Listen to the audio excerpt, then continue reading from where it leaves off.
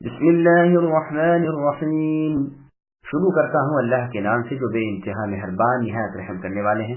حامیم تنزیل من الرحمن الرحیم کتاب فصلت آیاته قرآنا عربیا لقوم یعلمون بشیرا ونذیرا فأعرض أكثرهم فهم لا يسمعون وقالوا قلوبنا في أكنة مما تدعونا إليه وفي آذاننا وقر ومن بيننا وبينك حجاب فاعمل إننا عاملون۔ حامیم اتاری ہوئی ہے بڑے مہربان بہت رحم کرنے والے اللہ کی طرف سے، کتاب ہے جس کی آیتوں کی واضح تفصیل کی گئی ہے۔ قرآن عربی زبان میں ہے اس قوم کے لیے جو جانتی ہے۔ خوشخبری سنانے والے اور دھمکانے والے پھر بھی ان کے اکثروں نے منہ پھیر لیا اور وہ سنتے ہی نہیں، اور کہتے ہیں کہ تو جس کی طرف ہمیں بلا رہا ہے ہمارے دل تو اس سے پردے میں ہیں اور ہمارے کانوں میں گرانی اور ہم میں اور تجھ میں ایک حجاب ہے۔ اچھا تو اب اپنا کام کیے جاؤ، ہم بھی یقیناً کام کرنے والے ہیں۔ سامعین ان آیتوں کی تفصیل سماعت کیجیے۔ کفار مکہ کا رسول اللہ صلی اللہ علیہ وسلم کو لعنت دینا۔ اللہ تعالیٰ فرماتے ہیں کہ یہ عربی کا قرآن رب رحمان کا اتارا ہوا ہے، جیسے اور آیت میں اللہ نے فرمایا اس قرآن کو آپ کے رب کے حکم سے روح الامین نے اے نبی حق کے ساتھ نازل فرمایا ہے، اور آیت میں ہے روح الامین نے اسے آپ کے دل پر اس لیے نازل فرمایا ہے کہ آپ لوگوں کو آگاہ کرنے والے بن جائیں۔ اس کی آیتیں مفصل ہیں، ان کے معانی ظاہر ہیں، احکام مضبوط ہیں، الفاظ واضح اور آسان ہیں، جیسے اللہ تعالیٰ نے سورہ ہود کی آیت نمبر 1 میں فرمایا کتاب احکمت آیاتہ، یعنی یہ قرآن مجید ایسی کتاب ہے جس کی آیتیں محکم و مفصل ہیں۔ یہ کلام ہے با حکمت خبردار اللہ کا، لفظ کے اعتبار سے معجز اور معنی کے اعتبار سے معجز، باطل نہ قرآن کے آگے سے آ سکے نہ پیچھے سے۔ حکیم و حمید رب اللہ تعالیٰ کی طرف سے اترا ہوا ہے۔ اس بیان و وضاحت کو ذی علم سمجھ رہے ہیں۔ یہ ایک طرف مؤمنوں کو بشارت دیتا ہے، دوسری جانب مجرموں کو دھمکاتا ہے، کفار کو ڈراتا ہے۔ باوجود ان خوبیوں کے پھر بھی اکثر قریشی منہ پھیرے ہوئے ہیں اور کانوں میں ٹیٹیاں بھرے ہوئے ہیں۔ پھر مزید ڈھٹائی دیکھو کہ خود کہتے ہیں کہ اے محمد تیری پکار سے تو ہمارے دل پردوں میں ہیں، اور جو تو لایا ہے اس سے ہم تو بہرے ہیں، اور تیرے اور ہمارے درمیان آڑ ہے۔ تیری باتیں نہ ہماری سمجھ میں آئیں نہ عقل میں سمائیں۔ جا تو اپنے طریقے پر عمل کرتا چلا جا، ہم اپنا طریقہ کار ہرگز نہ چھوڑیں گے، ناممکن ہے کہ ہم تیری مان لیں۔ چنانچہ مسند عبد بن حمید میں جابر بن عبداللہ رضی اللہ عنہ سے منقول ہے کہ ایک دن قریشیوں نے جمع ہو کر آپس میں مشاورت کی کہ جادو، کہانت اور شعر و شاعری میں جو سب سے زیادہ ہو اسے لے کر اس شخص کے پاس چلیں، یعنی محمد صلی اللہ علیہ وسلم کے پاس، جس نے ہماری جماعت میں تفریق ڈال دی ہے اور ہمارے کام میں پھوٹ ڈال دی ہے اور ہمارے دین میں عیب گیری شروع کر دی ہے۔ وہ اس سے مناظرہ کرے اور اسے ہرا دے اور لاجواب کر دے۔ سب نے کہا ایسا شخص تو ہم میں بجز عتبہ بن ربیعہ سے اور کوئی نہیں۔ چنانچہ سب مل کر عتبہ کے پاس آئے اور اپنی متفقہ خواہش ظاہر کی۔ اس نے قوم کی بات رکھ لی اور تیار ہو کر رسول اللہ کے پاس آیا، آ کر کہنے لگا کہ اے محمد یہ تو بتاؤ تم اچھے ہو یا تمہارے والد عبداللہ؟ رسول اللہ نے کوئی جواب نہ دیا۔ اس نے دوسرا سوال کیا کہ اچھا جواب دو تم اچھے ہو یا تمہارے دادا عبد المطلب؟ رسول اللہ صلی اللہ علیہ وسلم اس پر بھی خاموش رہے۔ وہ کہنے لگا سنو، اگر تم اپنے باپ دادوں کو اچھا سمجھتے ہو تب تو تمہیں معلوم ہے کہ وہ انہی معبودوں کو پوجتے رہے جنہیں ہم سب پوجتے ہیں اور جن کی تم عیب گیری کرتے رہتے ہو، اور اگر تم اپنے تئیں ان سے بہتر سمجھتے ہو تو کلام کرو، ہم بھی تمہاری بات سنیں۔ اللہ تعالیٰ کی قسم دنیا میں کوئی انسان اپنی قوم کے لیے تم سے زیادہ ضرر رساں پیدا نہیں ہوا۔ تم نے ہماری شیرازہ بندی توڑ دی، تم نے ہمارے اتفاق کو نفاق سے بدل دیا، تم نے ہمارے دین کو عیب دار بتایا اور اس میں برائی نکالی، تم نے سارے عرب میں ہمیں بدنام اور رسوا کر دیا۔ آج ہر جگہ یہی تذکرہ ہے کہ قریشیوں میں ایک جادوگر ہے، قریشیوں میں ایک کاہن ہے۔ اب تو یہی ایک بات باقی رہ گئی ہے کہ ہم میں آپس میں سر پٹھول ہو، ایک دوسرے کے سامنے ہتھیار لگا کر آ جائے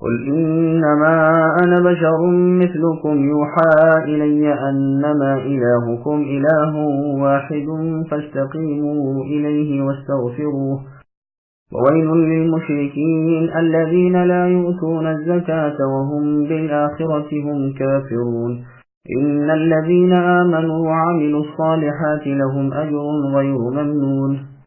اے نبی آپ کہہ دیجئے کہ میں تو تم جیسا انسان ہوں، مجھ پر وہی نازل کی جاتی ہے کہ تم سب کے معبود ایک اللہ ہی ہیں، سو تم اللہ کی طرف متوجہ ہو جاؤ اور اللہ سے گناہوں کی معافی چاہو۔ ان مشرکوں کے لیے بڑی خرابی ہے جو زکوٰۃ نہیں دیتے اور آخرت کے منکر ہی رہتے ہیں، اور جو لوگ ایمان لائیں اور بھلے کام کریں ان کے لیے اٹل اور انتھک اجر ہے۔ سامعین، آیتوں کی تفسیر سماعت کیجیے۔ اللہ تعالیٰ کا اس میں حکم ہو رہا ہے کہ ان جھٹلانے والے مشرکوں کے سامنے اے نبی اعلان کر دیجیے کہ میں تم ہی جیسا انسان ہوں، مجھے بذریعہ وحی الہی کے حکم دیا گیا ہے کہ تم سب کے معبود ایک اکیلے اللہ تعالیٰ ہی ہیں۔ تم جو متفرق اور کئی ایک معبود بنائے بیٹھے ہو یہ طریقہ سراسر گمراہی والا ہے.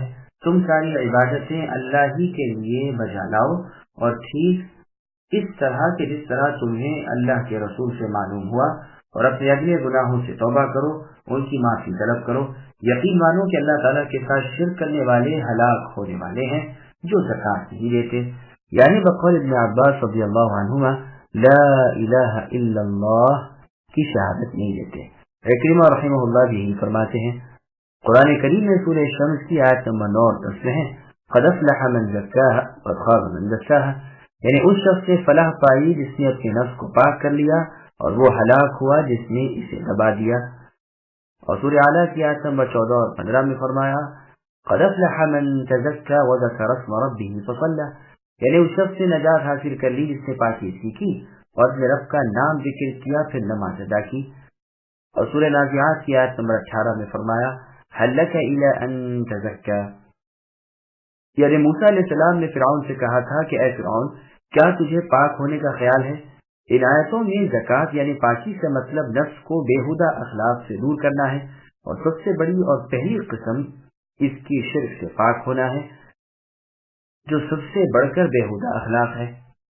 اسی طرح آیت مندرجہ بالا میں بھی زکوٰۃ نہ دینے سے توحید کا نہ ماننا مراد ہے. مال کی زکوٰۃ کو زکوٰۃ اس لیے کہا جاتا ہے کہ یہ حرمت سے پاک کر دیتی ہے اور زیادتی اور برکت اور کثرت مال کا باعث بنتی ہے، اور اللہ کی راہ میں اسے خرچ کی توفیق ہوتی ہے. لیکن امام سدی نے، معاویہ بن قرہ رحمہ اللہ نے، قتادہ نے اور اکثر مفسرین رحمہ اللہ نے اس کے معنی یہ کیے ہیں کہ مال زکوٰۃ ادا نہیں کرتے، اور بظاہر یہی معلوم ہوتا ہے. امام ابن جریر رحمہ اللہ بھی اسی کو مختار کہتے ہیں، لیکن یہ قول تامل طرف ہے اس لیے کہ زکوٰۃ فرض ہوتی ہے مدینے میں جا کر ہجرت کے دوسرے سال، اور یہ آیت اتری ہے مکہ شریف میں. زیادہ سے زیادہ اس تفسیر کو مان کر ہم یہ کہہ سکتے ہیں کہ صدقے اور زکوٰۃ کی اصل کا حکم تو نبوت کی ابتدا میں ہی تھا، جیسا کہ اللہ تعالیٰ کا فرمان ہے وَآتُوا حَقَّهُ يَوْمَ حَصَادِهِ، یعنی جس دن کھیت کاٹو اس کا حق دے دیا کرو. ہاں وہ زکوٰۃ جس کا نصاب اور جس کی مقدار من جانب اللہ مقرر ہے وہ مدینے میں مقرر ہوئی. یہ قول ایسا ہے جس سے دونوں باتوں میں تطبیق بھی ہو جاتی ہے. خود نماز کو دیکھیے کہ طلوع آفتاب اور غروب آفتاب سے پہلے ابتدائی نبوت میں ہی فرض ہو چکی تھی، لیکن معراج والی رات ہجرت سے 1.5 سال پہلے 5 نمازیں باقاعدہ شروط و ارکان کے ساتھ مقرر ہو گئیں، اور رفتہ رفتہ اس کے تمام متعلقات پورے کر دیے گئے. واللہ اعلم. اس کے بعد اللہ تعالیٰ جل جلالہ فرماتے ہیں کہ اللہ تعالیٰ کے ماننے والوں اور نبی کے اطاعت گزاروں کے لیے وہ اجر و ثواب ہے جو ہمیشگی والا اور کبھی نہ ختم ہونے والا ہے، جیسا کہ اللہ نے سورہ کہف کی آیت نمبر 3 میں فرمایا ما کسی نہ کی ابدا، جو اس میں ہمیشہ ہمیشہ رہنے والے ہیں. اور سورہ ہود کی آیت نمبر 158 میں فرمایا عطاء غیر مجذوذ، انہیں جو انعام دیا جائے گا وہ نہ ٹوٹنے والا اور مسلسل ہے. سدی رحمہ اللہ کہتے ہیں گویا وہ ان کا حق ہے جو انہیں دیا گیا نہ بطور احسان کے، لیکن بعض ائمہ نے اس کی تردید کی ہے کیونکہ اہل جنت پر بھی اللہ تعالیٰ کا احسان یقیناً ہے. خود قرآن میں سورہ حجرات کی آیت نمبر 17 میں اللہ نے فرمایا بل اللہ یمن علیکم ان ہداکم للایمان، یعنی بلکہ اللہ تعالیٰ کا تم پر احسان ہے کہ وہ تمہیں ایمان کی ہدایت کرتے ہیں. جنتیوں کا سورہ طور کی آیت نمبر 27 میں قول ہے فمن اللہ علینا ووقانا عذاب السموم، پس اللہ نے ہم پر احسان کیا اور آگ کے گرم زہریلے دھوئیں کے عذاب سے ہمیں بچا لیا. صحیح بخاری میں رسول اللہ صلی اللہ علیہ وسلم کی حدیث ہے، فرماتے ہیں مگر یہ کہ اللہ مجھے اپنی رحمت میں لے لے اور اپنے فضل و احسان میں. قل أئنكم لتكفرون بالذي خلق الأرض في يومين وتجعلون له أندادا ذلك رب العالمين وجعل فيها رواسي من فوقها وبارك فيها وقدر فيها أقواتها في 4 أيام سواء للسائلين ثم استوى إلى السماء وهي دخان فقال لها وللأرض ائتيا طوعا أو كرها قالتا أتينا طائعين فقضاهن 7 سماوات في يومين وأوحى في كل سماء أمرها وزينا السماء الدنيا بمصابيح وحفظا ذلك تقدير العزيز العليم۔ اے نبی آپ کہہ دیجئے کہ کیا تم اس اللہ کا انکار کرتے ہو اور تم اللہ کے شریک مقرر کرتے ہو جس نے 2 دن میں زمین پیدا کر دی؟ سارے جہانوں کے پروردگار اللہ ہی تو ہیں۔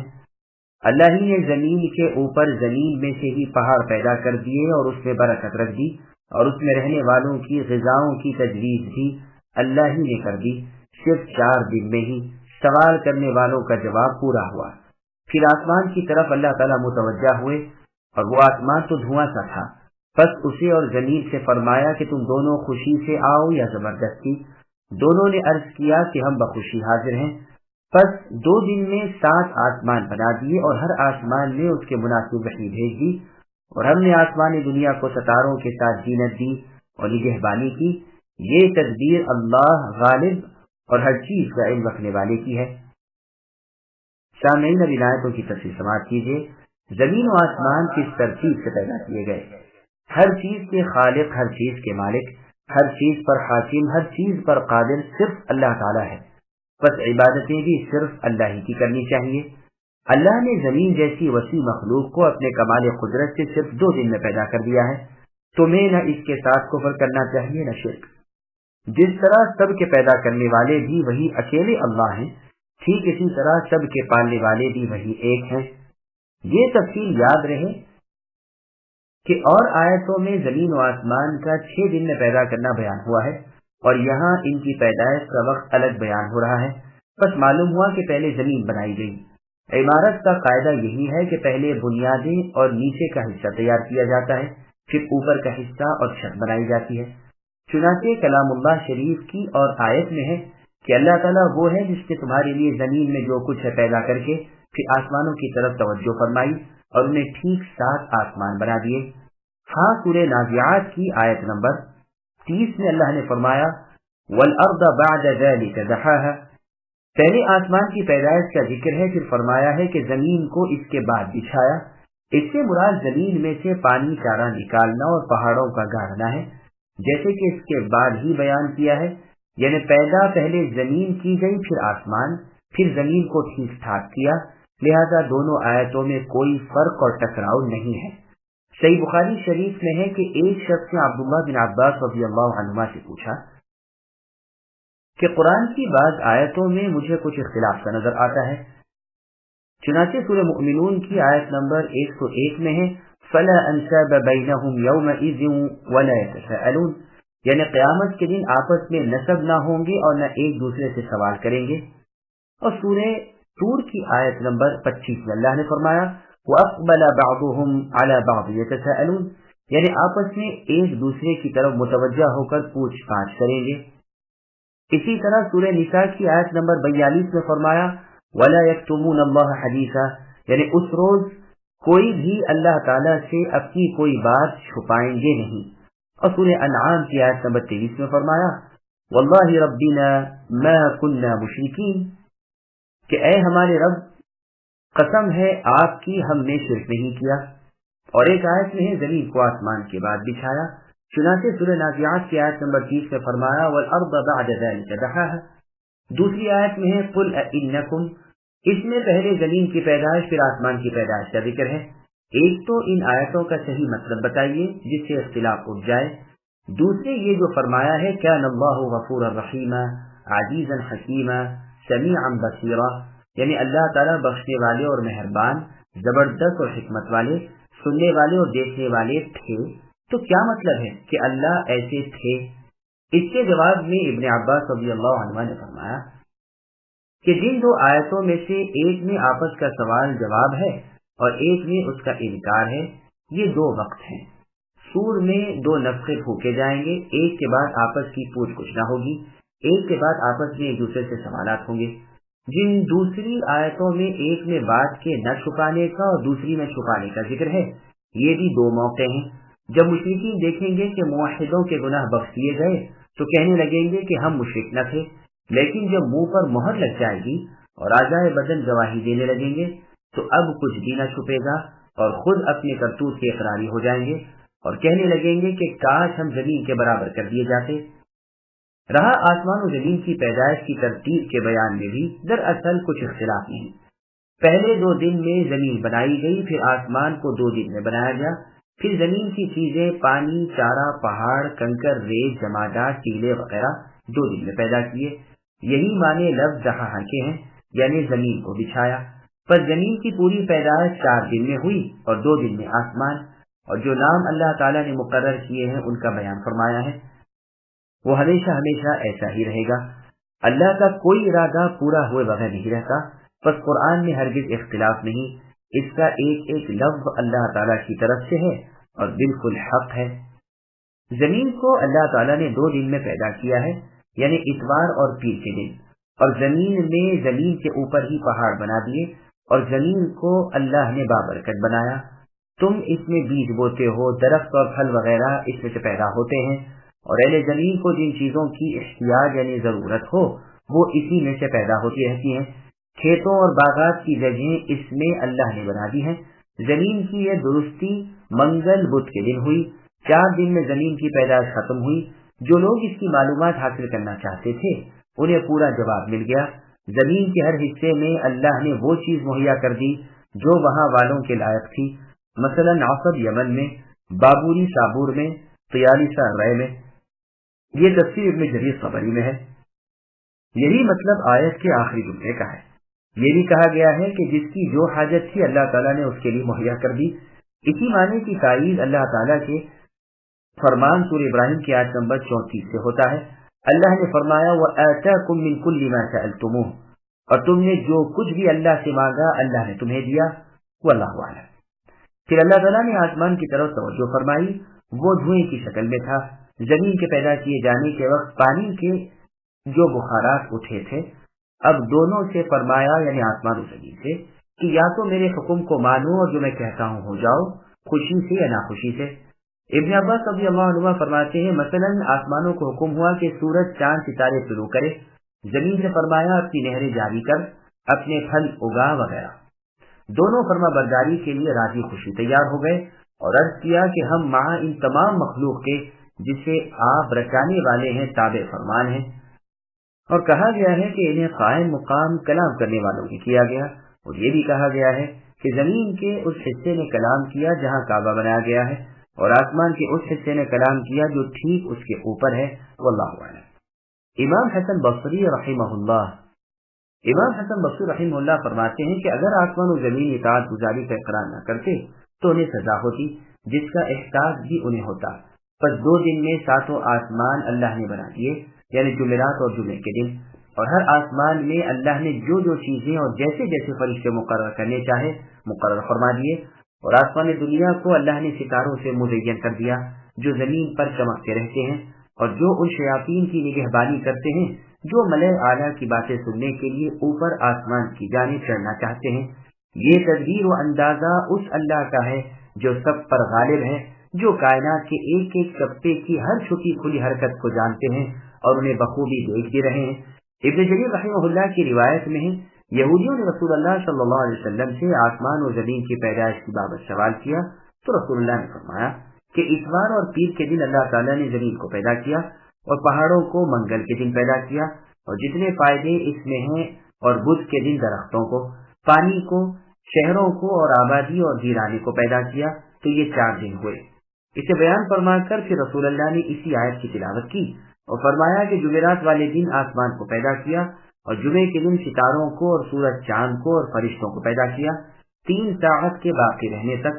پھر دوسری ساعت میں ہر چیز میں آفت ڈالی جس سے لوگ فائدے اٹھاتے ہیں، اور تیسری میں آدم علیہ السلام کو پیدا کیا، انہیں جنت میں بسایا، ابلیس کو انہیں سجدہ کرنے کا حکم دیا اور آخری گھڑی میں وہاں سے نکال دیا. یہودیوں نے کہا اچھا اے محمد پھر اس کے بعد کیا ہوا؟ فرمایا پھر عرش پر اللہ تعالیٰ مستوی ہو گئے. یہودیوں نے کہا سب تو ٹھیک ہے لیکن آخری بات نہ کہی کہ پھر اللہ تعالیٰ نے آرام حاصل کیا. اس سے رسول اللہ صلی اللہ علیہ وسلم سخت ناراض ہوئے اور یہ آیت اتری، یعنی سورہ قاف کی آیت نمبر 38 اور 39. اللہ نے فرمایا وَلَقَدْ خَلَقْنَا السَّمَاوَاتِ وَالْأَرْضَ وَمَا بَيْنَهُمَا فِي 6 أَيَّامٍ وَمَا مَسَّنَا مِن لُغُوبٍ فَاصْبِرْ عَلَى مَا يَقُولُونَ. یعنی ہم نے اے نبی ان سے کہیے کہ آسمان و زمین اور جو ان کے درمیان ہے سب کو 6 دن میں پیدا کیا ہے اور ہمیں کوئی تکان نہیں ہوئی۔ اے نبی آپ ان کی باتوں پر صبر کیجیے۔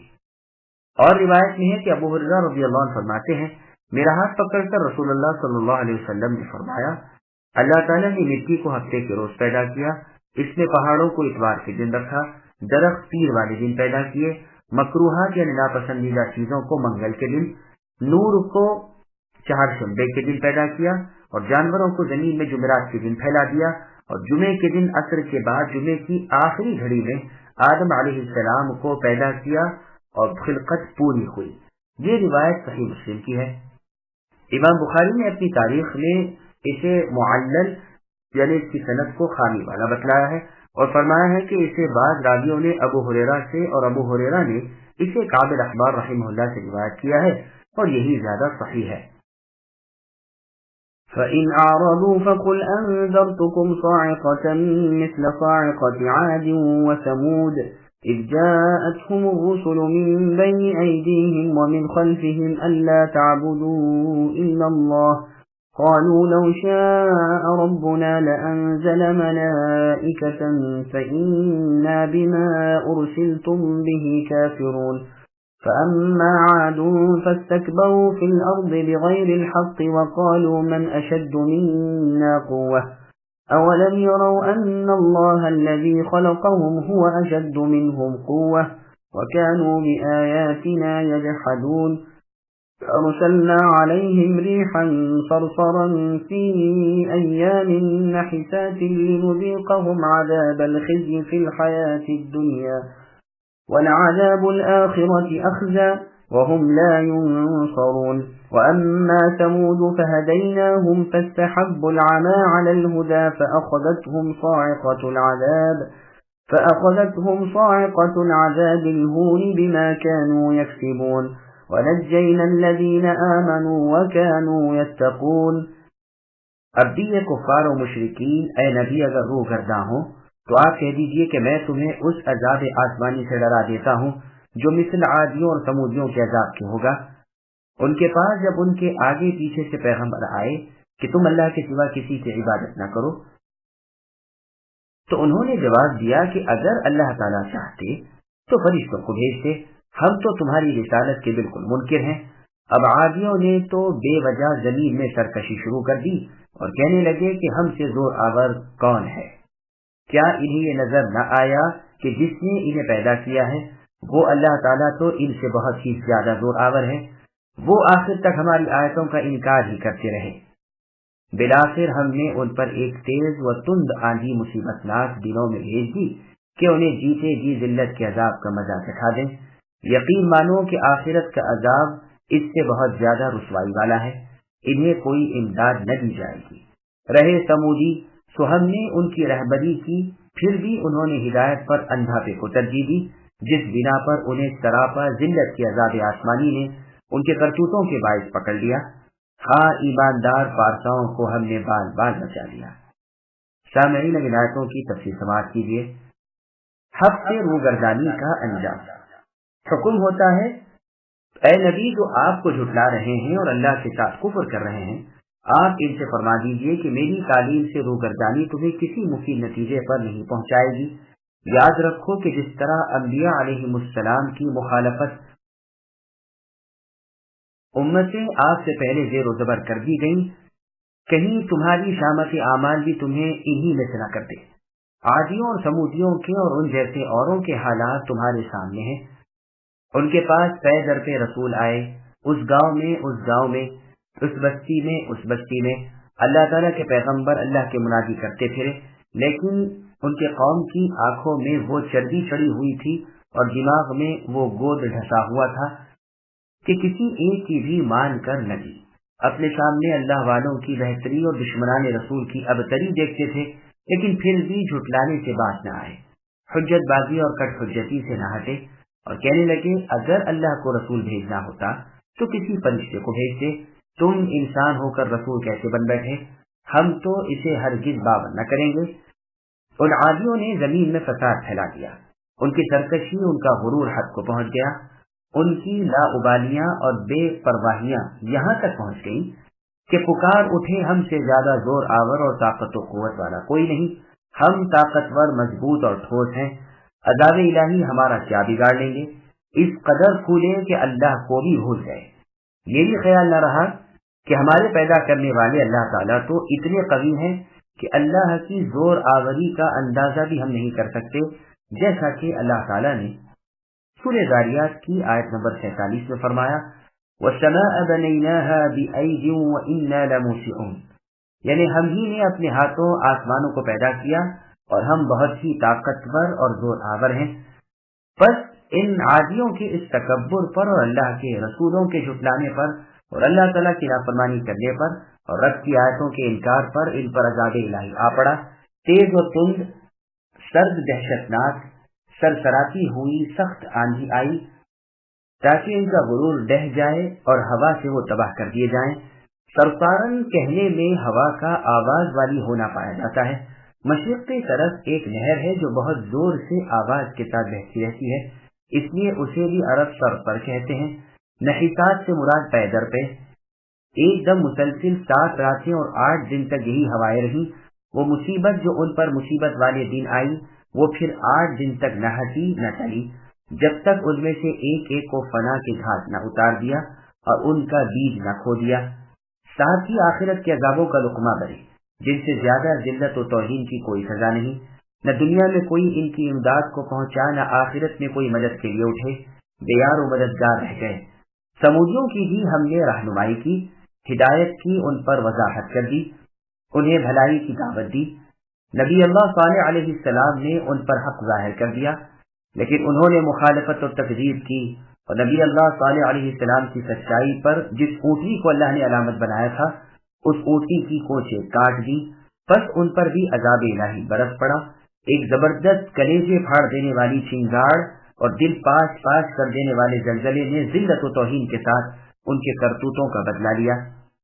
ان میں جتنے وہ لوگ تھے جنہیں اللہ کی ذات پر ایمان تھا، نبیوں کی تصدیق کرتے تھے، دلوں میں اللہ تعالیٰ کا خوف رکھتے تھے، انہیں ہم نے بچا لیا، انہیں ذرا سا بھی ضرر نہ پہنچایا اور اپنے نبی کے ساتھ ذلت و توہین سے اور عذاب الہی سے نجات پالی۔ وَيَوْمَ يُحْشَرُ أَعْدَاءُ اللَّهِ إِلَى النَّارِ فَهُمْ يُوزَعُونَ حَتَّى إِذَا مَا جَاءُوهَا شَهِدَ عَلَيْهِمْ سَمْعُهُمْ وَأَبْصَارُهُمْ وَجُلُودُهُمْ بِمَا كَانُوا يَعْمَلُونَ وَقَالُوا لِجُلُودِهِمْ لِمَ شَهِدتُّمْ عَلَيْنَا قَالُوا أَنطَقَنَا اللَّهُ الَّذِي أَنطَقَ كُلَّ شَيْءٍ وَهُوَ خَلَقَكُمْ أَوَّلَ مَرَّةٍ وَإِلَيْهِ تُرْجَعُونَ وَمَا كُنتُمْ تَسْتَتِرُونَ أَن يَشْهَدَ عَلَيْكُمْ سَمْعُكُمْ وَلَا أَبْصَارُكُمْ وَلَا جُلُودُكُمْ وَلَكِنْ ظَنَنْتُمْ أَنَّ اللَّهَ لَا يَعْلَمُ كَثِيرًا مِّمَّا تَعْمَلُونَ وَذَلِكُمْ ظَنُّكُمُ الَّذِي ظَنَنْتُمْ بِرَبِّكُمْ أَرْدَاكُمْ فَأَصْبَحْتُمْ مِنَ الْخَاسِرِينَ فَإِن يَصْبِرُوا فَالنَّارُ مَثْوًى لَّهُمْ وَإِن يَسْتَعْتِبُوا فَمَا هُم مِّنَ الْمُعْتَبِينَ۔ اور جس دن اللہ کے دشمن دوزخ کی طرف لائے جائیں گے اور ان سب کو جمع کر دیا جائے گا، یہاں تک کہ جب بالکل جہنم کے پاس آ جائیں گے، ان پر ان کے کان اور ان کی آنکھیں اور ان کی کھالیں ان کے اعمال کی گواہی دیں گی۔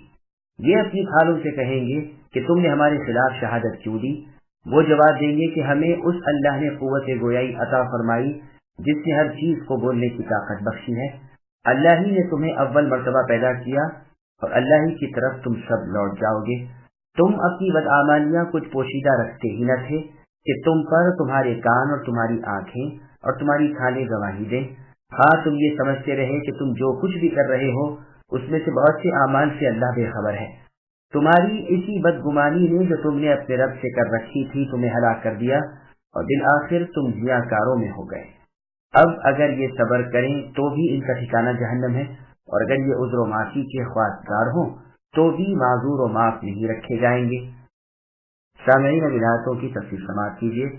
قیامت کے دن اعضائے جسم کی گواہی، یعنی مشرکوں سے اے نبی کہہ دیجیے کہ قیامت کے دن ان کا حشر جہنم کی طرف ہوگا اور داروغ جہنم ان سب کو جمع کریں گے جیسے کہ اللہ تعالیٰ نے سورہ مریم کی آیت نمبر 86 میں فرمایا وَنَسُوقُ الْمُجْرِمِينَ إِلَى جَهَنَّمَ وِرْدًا الآية، یعنی گنہگاروں کو سخت پیاس کی حالت میں ہم جہنم کی طرف ہانک کر لے جائیں گے، انہیں جہنم کے کنارے کھڑا کر دیا جائے گا اور ان کے اعضائے بدن اور کان اور آنکھیں اور پوست ان کے اعمال کی گواہیاں دیں گے، تمام اگلے پچھلے عیوب کھل جائیں گے، ہر عضو بدن پکار اٹھے گا کہ مجھ سے اس نے یہ گناہ کیا، اس وقت یہ اپنے اعضاء کی طرف متوجہ ہو کر انہیں ملامت کریں گے کہ تم نے ہمارے خلاف گواہی کیوں دی؟ وہ کہیں گے اللہ تعالیٰ کے حکم کی بجاوری کے ماتحت اللہ نے ہمیں بولنے کی طاقت دی اور ہم نے سچ سچ کہہ سنایا، وہی اللہ تو تمہارے ابتداءً پیدا کرنے والے ہیں، اللہ ہی نے ہر چیز کو زبان عطا فرمائی ہے، خالق کی مخالفت اور اللہ کے حکم کی خلاف ورزی کون کر سکتا ہے؟ چنانچہ مسند بزار میں ہے کہ رسول اللہ صلی اللہ علیہ وسلم ایک مرتبہ مسکرائے یا ہنس دیے، پھر فرمایا تم میری ہنسی کی وجہ دریافت نہیں کرتے؟ صحابہ رضی اللہ عنہم نے کہا فرمائیے کیا وجہ ہے؟ رسول اللہ نے فرمایا قیامت کے دن بندہ اپنے رب سے جھگڑے گا کہ اے اللہ کیا آپ کا وعدہ نہیں کہ آپ ظلم نہ کریں گے؟ اللہ تعالیٰ اقرار کریں گے تو بندہ کہے گا کہ میں تو اپنی بدعمالیوں پر کسی کی شہادت یعنی گواہی قبول نہیں کرتا۔ اللہ فرمائیں گے کیا میری اور میرے بزرگ فرشتوں کی شہادت ناکافی ہے؟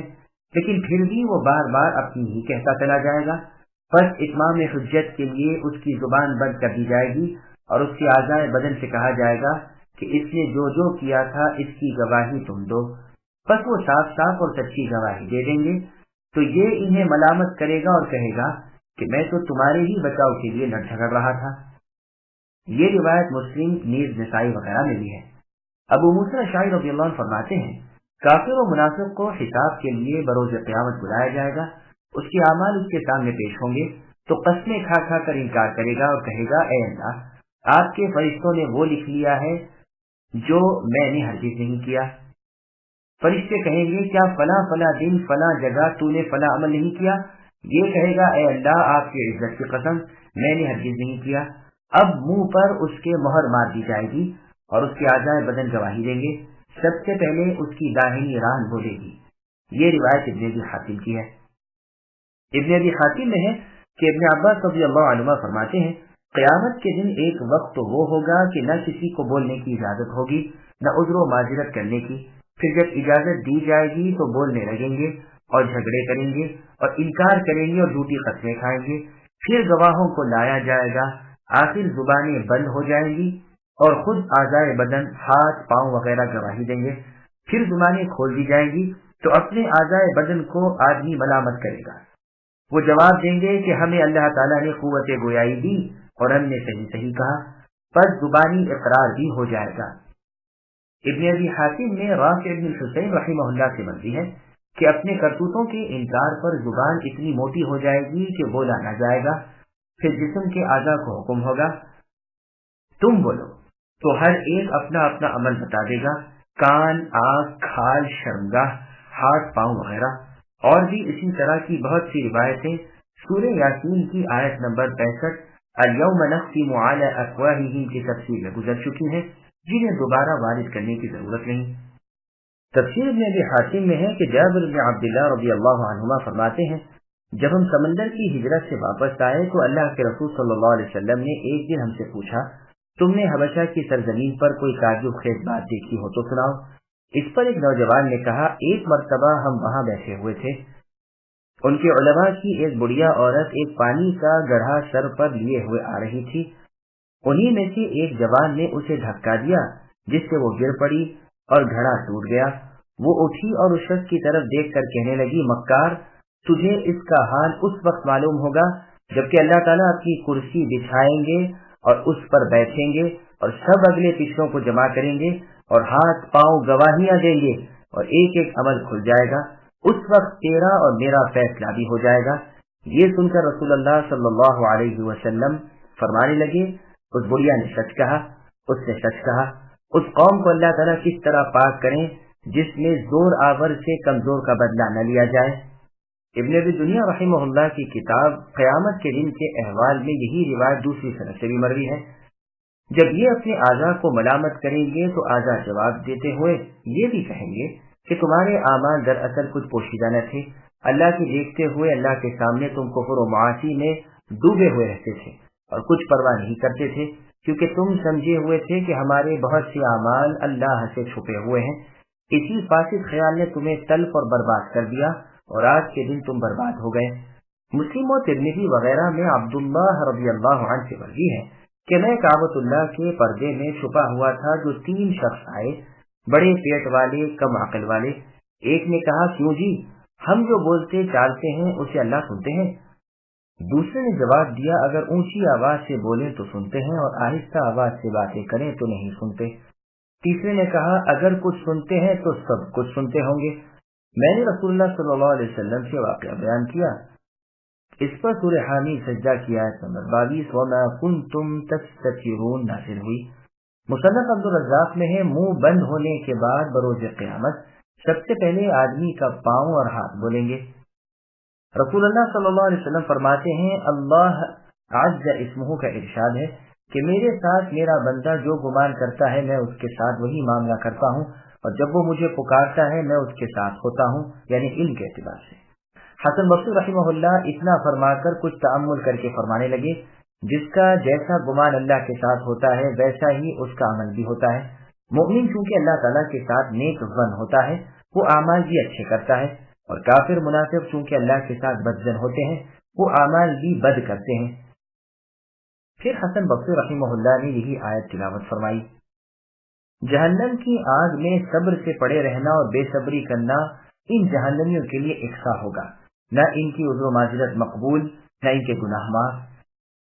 یہ دنیا کی طرف اگر لوٹنا چاہیں تو وہ راہ بند ہے۔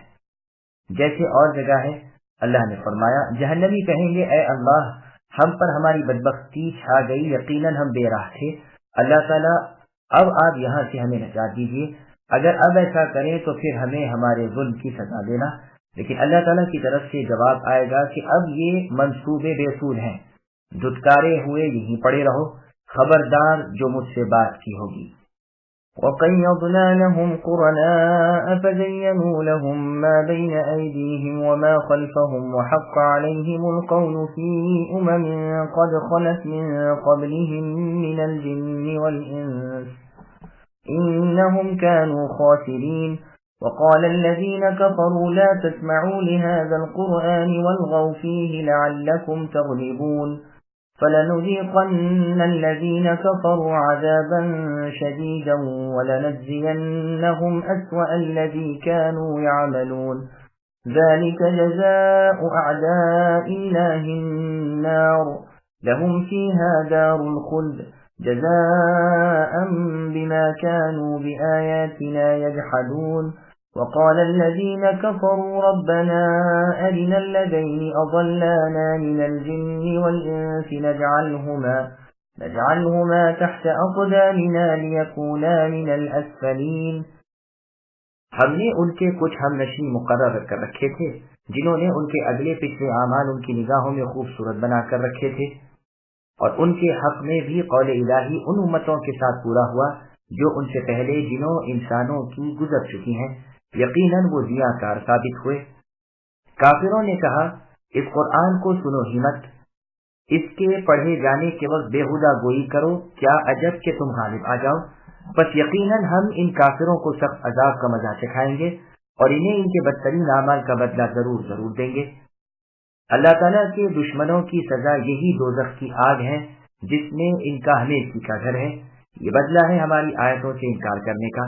کافر لوگ کہیں گے، اے اللہ ہمیں جنوں انسانوں کے ان دونوں فریق کو دکھائیے جنہوں نے ہمیں گمراہ کیا، تاکہ ہم انہیں اپنے قدموں تلے ڈال کر انہیں نہایت اور سب سے نیچے کریں۔ سامعین، آیتوں کی تفصیل سماعت کیجیے۔ قرآن کو خاموشی سے سننا چاہیے۔ اللہ تعالیٰ بیان فرماتے ہیں کہ مشرکین کو اس نے گمراہ کر دیا ہے، اور یہ اللہ کی مشیت اور قدرت سے ہے، وہ اپنے تمام افعال میں حکمت والے ہیں۔ اللہ نے کچھ جن و انس ایسے ان کے ساتھ کر دیے تھے جنہوں نے ان کے بد اعمال انہیں اچھی صورت میں دکھائے۔ انہوں نے سمجھ لیا کہ دور ماضی کے لحاظ سے اور آئندہ آنے والے زمانے کے لحاظ سے بھی ان کے اعمال اچھے ہی ہیں، جیسے سورہ زخرف کی آیت نمبر 36 میں اللہ نے فرمایا، وَمَن يَعْشُ عَن ذِكْرِ الرَّحْمَنِ الْآيَةِ، ان پر کلمہ عذاب صادق آ گیا ہے، جیسے ان لوگوں پر جو ان سے پہلے ان جیسے تھے، نقصان اور گھاٹے میں یہ اور وہ یکساں ہو گئے۔ کفار نے آپس میں مشورہ کر کے اس پر اتفاق کر لیا ہے کہ وہ اللہ تعالیٰ کے کلام کو مانیں گے نہیں، اللہ کے احکام کی پیروی ہی نہ کریں گے، بلکہ ایک دوسرے سے کہہ رکھا ہے کہ جب قرآن پڑھا جائے تو شور و غل کرو اور اسے نہ سنو، تالیاں بجاؤ، چینٹیاں بجاؤ، آوازیں نکالو۔ چنانچہ قریشی یہی کرتے تھے، عیب جوئی کرتے تھے، انکار کرتے تھے، دشمنی کرتے اور اسے اپنے غلبے کا باعث جانتے تھے۔ یہی حال ہر جاہل کافر کا ہے کہ اسے قرآن کا سننا اچھا نہیں لگتا، اسی لیے اس کے برخلاف اللہ تعالیٰ نے مؤمنوں کو سورہ اعراف کی آیت نمبر 204 میں حکم دیا، وَإِذَا قُرِئَ الْقُرْآنُ فَاسْتَمِعُوا لَهُ وَأَنصِتُوا لَعَلَّكُمْ تُرْحَمُونَ، یعنی جب قرآن پڑھا جائے تو تم سنو اور چپ رہو تاکہ تم پر رحم کیا جائے۔ ان کافروں کو دھمکایا جا رہا ہے کہ قرآن کریم سے مخالفت کرنے کی بنا پر انہیں سخت سزا دی جائے گی اور ان کی بد عملی کا مزہ انہیں ضرور چکھایا جائے گا۔ ان دشمنان الہی کا بدلہ دوزخ کی آگ ہے جس میں ان کے لیے ہمیشہ کا گھر ہے، یہ اس کا بدلہ ہے جو وہ آیات الہی کا انکار کرتے تھے۔ اس کے بعد کی آیت کا مطلب علی رضی اللہ عنہ سے مروی ہے کہ جن سے مراد ابلیس اور ان سے مراد آدم علیہ السلام کا وہ لڑکا ہے جس نے اپنے بھائی کو مار ڈالا تھا۔ یہ روایت تفسیر ابن جریر طبری کی ہے۔ ابن جریر کی ایک اور روایت میں ہے کہ ابلیس تو ہر مشرک کو پکارے گا اور آدم علیہ السلام کا یہ لڑکا ہر کبیرہ گناہ کرنے والے کو پکارے گا، بس ابلیس شرک کی طرف اور تمام گناہوں کی طرف لوگوں کو دعوت دینے والا ہے۔ تو اول رسول آدم علیہ السلام کا یہ لڑکا جو اپنے بھائی کا قاتل ہے۔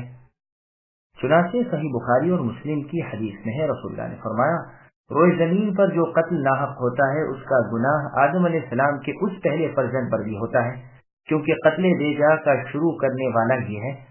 بس کفار قیامت کے دن جن و انس جو انہیں گمراہ کرنے والے تھے انہیں نیچے کے طبقے میں داخل کرانا چاہیں گے تاکہ انہیں سخت عذاب ہو، وہ درکے اسفل میں چلے جائیں اور ان سے زیادہ سزا بھگتیں۔ سورہ اعراف میں بھی یہ بیان گزر چکا ہے کہ یہ ماننے والے جن کی مانتے تھے ان کے لیے قیامت کے دن دوہرے عذاب کی درخواست کریں گے، جس پر کہا جائے گا کہ ہر ایک دگنے عذاب میں ہی ہے، لیکن تم بے شعور ہو، ہر ایک کو اس کے اعمال کے مطابق سزا ہو رہی ہے۔ جیسے اللہ تعالیٰ نے سورہ نحل کی آیت نمبر 88 میں فرمایا، الذین کفروا وصدوا عن سبیل اللہ زدناہم عذابا فوق العذاب بما كانوا یکسبون، یعنی جن لوگوں نے کفر کیا اور اللہ تعالیٰ کی راہ سے روکا انہیں ہم ان کے فساد کی وجہ سے عذاب پر عذاب کریں گے۔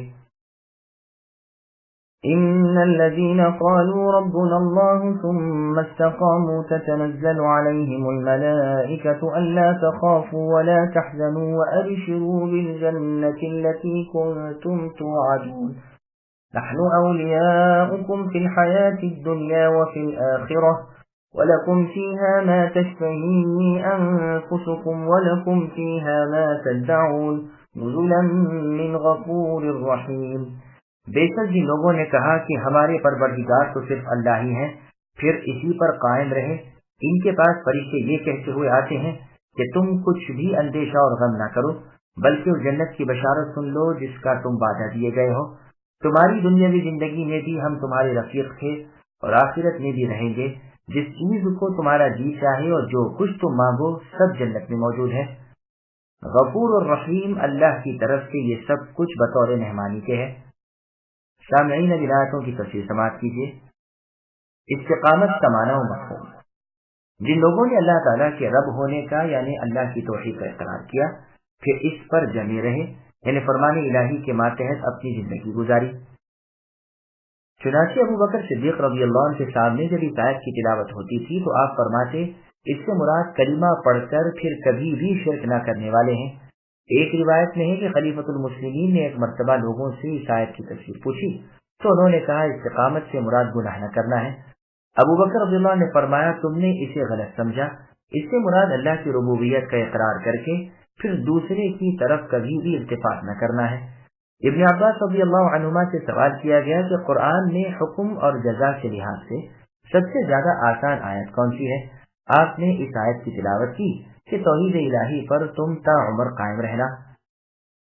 فاروق اعظم رضی اللہ عنہ نے منبر پر اس آیت کی تلاوت کر کے فرمایا اللہ کی قسم یہ وہ لوگ ہیں جو اللہ کی اطاعت پر جم جاتے ہیں اور لومڑی کی چال نہیں چلتے کہ کبھی ادھر کبھی ادھر۔